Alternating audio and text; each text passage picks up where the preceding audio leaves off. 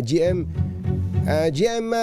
Nicolas Torre III. Sir, magandang morning. Si Katunyi po at saka si Ka Jerry. Good morning, Katunyi and Apo. Ka Jerry. Good morning po, GM. Opo, GM, kayo pala naaprubahan na pala ang inyong optional retirement. Kailan po ang turnover official? Pupunta po ba kayo? Katunyi, ikaw ko muna, no? I-hold ko muna ang mga comments ko regarding that matter. Kasi wala pang final dyan eh. Dahil una nga, hindi ako nag-apply ng optional retirement. May order lang na lumabas. I-clear ko pa yan in the next few days sa ibang mga concerned agencies, concerned officers. Ganun po. Hindi kayo nag-apply, General? Hindi ako nag-apply. Wala akong pinirmahan. Oo. That's news to us, General. Kasi ang lumabas na balita, ang pagkaintindi namin, kahapon yan. you applied and your application was approved. Kaya magkakaroon. Kaya Wala tayo. Pero Wala akong pinirmahan na. pero pwede ba kayong humawak ng position na tulad dito, GM ng MMDA, kahit na kayo ay nasa active service pa? Nasa option ng presidente yan eh. Kasi hindi naman ito ang first time na may mga opisyal ng PNP na nagtrabaho sa iba-ibang mga ahensya. Hindi yan first time. Actually, lately nga, mayroon pang for so long nasa Bureau of Immigration, nasa ibang mga areas. So ang ating stand dyan ay option ng presidente yan. Kasi Option. pwede secondment yan eh. Nasa presidente yan. Pwede kanyang i-retire, pwede kanyang sabihin na diyan ka sa trabaho ito, pero ang mother agency mo ay ang PNP. Walang final dyan, wala akong narinig na guidance dyan na definitive. Ang sigurado lang, meron ako natanggap na appointment from the President, appointing me as General Manager of MMDA. Opo. Pero meron ba kayong intensyon na para maka-move on na ang lahat ay mag-file na rin for retirement finally? Ako, madali sa akin yan eh. Walang problema yan eh. Kasi hindi naman, whether I like it or not, 56 years old, next year I have to retire from the service. Compulsory na rin yun. Kaya kung mapaagay ng 1 year, wala namang problema. It is all up at the direction of the President. Isang concern ko lang dyan, isang concern lang dyan, na real concern, gusto ko maklear na lahat ng mga harassment cases laban sa akin. Dahil nga, sa dahil harassment cases ko rin, hindi rin ako eligible sa retirement benefits. Talagang ayun na nga. mga retirement benefits ko. Even if I retire today, hindi ko rin makukuha yan dahil ang daming harassment cases. Alam niyo naman kung saan galing ang mga cases na yan. Yun nga, kapag optional, tapos dapat optional retirement pero with full benefits, General, ano? Sana. Especially yung clearance sa lahat ng mga harassment cases. Kasi wala naman akong nakapending ngayon na dala ng personal kong aksyon, kundi lahat ng aking mga pending cases ay dala ng official actions. Official actions. Nakakampo yun no? Parang, saka kan po, General, ang understanding din natin, kapag ka ikaw ay magre-retire o sino mang government official, hihingi ka ng clearance para makakuha ka ng benepisyo. Pagka wala yun, walang benepisyo. Lahat ay mape-permission. Pending. Oo. So yun po ang sabihin na nating top consideration nyo, Chief. Yes po. Totoo po. Opo. Siyempre, kanyan para sa pamilya din yan no? Okay. Nakita nyo ba yung report ng TomTom Traffic Index, 2025 TomTom Traffic Index? Ang mas mataas pa Davao. Worst traffic daw po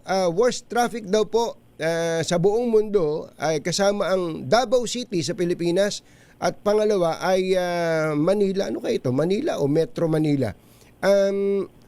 Metro Manila siguro. Pero Davao City ang number 1. Hindi ba nakakagulat ito, General? Na-assign naman kayo doon, di ba? No comment muna tayo sa Davao at ayan na naman kayo eh.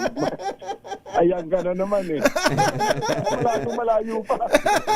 Dalawa talaga oh. Matawanan yung pagkatapos yun talaga. Pero na, Metro Manila na lang. Oh, sige, Metro Manila. Metro Manila na lang. Okay, pero 1-2 pa din. Davao ang worst traffic sa Pilipinas. Number 2, Metro Manila. Kayo po ba sa GM, meron ba kayong naiisip na yung immediate na lang kasi yung long term hindi naman kayo pang matagalan. Yung immediate, ano ba pwede natin gawin para naman maibsan ang traffic natin dito sa Metro Manila? Sabi ko nga, mas magandang tanongin nyo lang, suntukan na lang, out of boxing na lang kaysa sa solusyon ng traffic at mukhang wala kasing nakikita kaagad na po pwede. Well, seriously, today, may nakaset akong meeting sa UP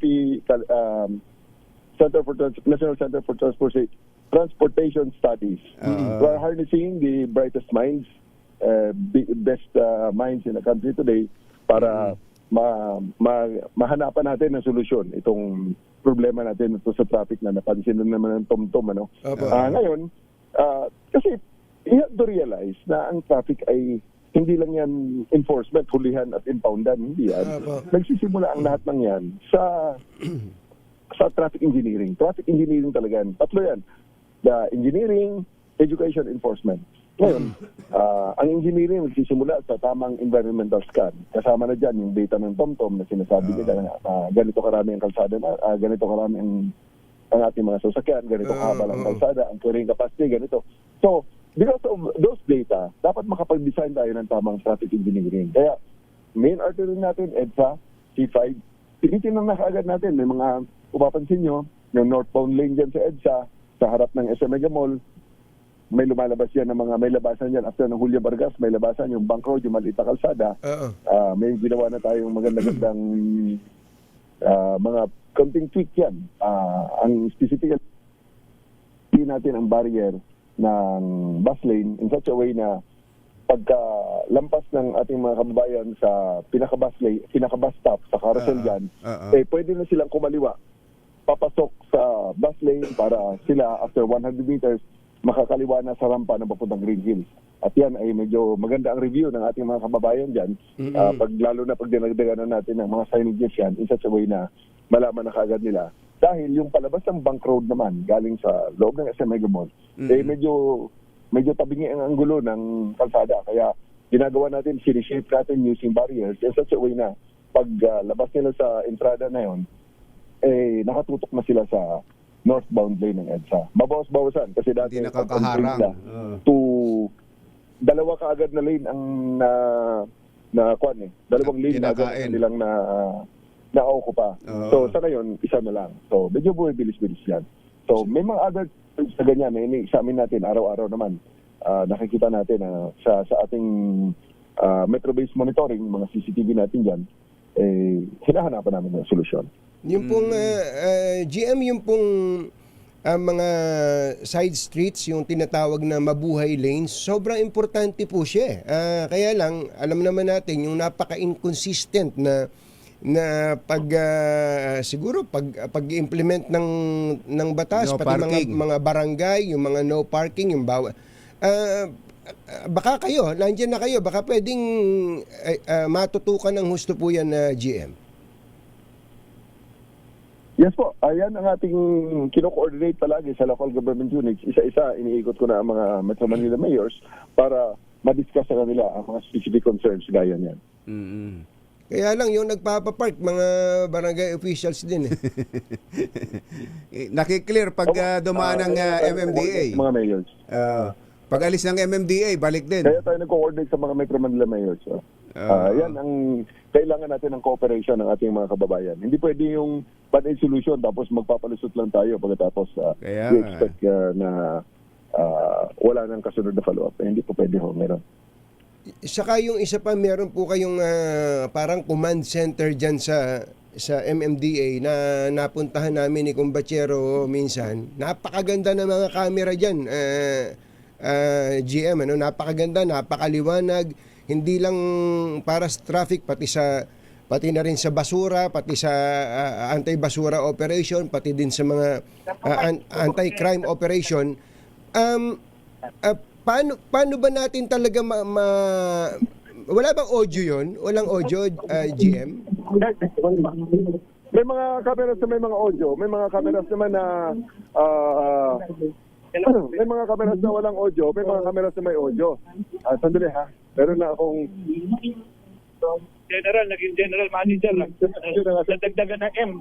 Yung Gen. May mga Gen fans. M. Interview muna ako sir. Tapusin ko lang. Ay, gusto ka ba? Kasi na at May fans kayo dyan, ah. Dito ako sa isang multitasking tayo ngayon. Meron kaming clean up dito sa Estero. Yan, kasama ito sa trabaho ng MMDA. Nasa lubong ko sa mayor. Kaya sabi ko sa kanya, sir, pa-interview muna ako. Sino po ba yung mayor na yun, sir? Andito si Valenzuela Mayor. Si Mayor Mayor Wes Gatchalian. Mayor Wes Gatchalian. Hindi na namin kayo abalahin. Gusto lang kasi naming makita na meron talagang mga gamit ang gobyerno na maaaring maging instrumento sa pagpapaluwag ng traffic at iba mang mga problema. Pero last na lang, ito po sobrang importante nito. Di ba ang dami nating sasakyan, ang dami ng talagang hindi na kasya ang kalsada sa dami ng sasakyan. Matagal na po nating naririnig to, GM. Huwag payagang makabili ng sasakyan ang wala namang garahe. Ano ba stand nyo doon? Well, yan ay isa sa mga kinoconsider pero wala pa naman on the table. Kaya nga sabi natin, ang mga programa natin, binabalanse naman natin sa maging makatao at maging katanggap-tanggap sa ating mga kababayan. Ang gusto ko na lang i-flex, no? Dahil nga ang ating mga daan ay mga masisikip na. Kailangan natin talagang lagi itong mabilis ang daloy at tama at walang nag-i-impede. So, ang pinaka-common dyan na nag-i-impede ay ang banggaan. So, dahil sa banggaan, gusto natin na within 5 minutes marespondihan natin and 10 minutes makiklear na natin. Ang gagawin namin yan is that pag may banggaan, ang 5 minutes darating ang ating konstable, tapos i-review na sa command center, sa sinasabi nyo kanina, i-extract na ang clip ng banggaan at ipadala na sa kanila. Sabihin na sa mga concerned, tumabi na sila kasi ang video clip naman ay nandyan maging reference na kanilang discussion. 5 minutes? 5 minutes, sir? 5 minutes response at saka 10 minutes clearing. 5 minutes response, 10 minutes. Parang Quezon City Police lang, ha? Naalala niyo pa yung 3 minutes response time niyo. Ganun, eh. GM, hindi na namin kayo abalahin. Meron pala kayong estero clearing dyan. Thank you. Thank you, sir. Yes, sir. Salamat po. Thank you, sir. Flex, sir. Last na flex. Kontak lang sa MMDA, Metro Base 136 kung ano mang pangangailangan sa tulong na maibigay ng MMDA. Maraming salamat, sir. Magandang umaga sa inyo. Magandang umaga po. Nakakagulat yun, ha?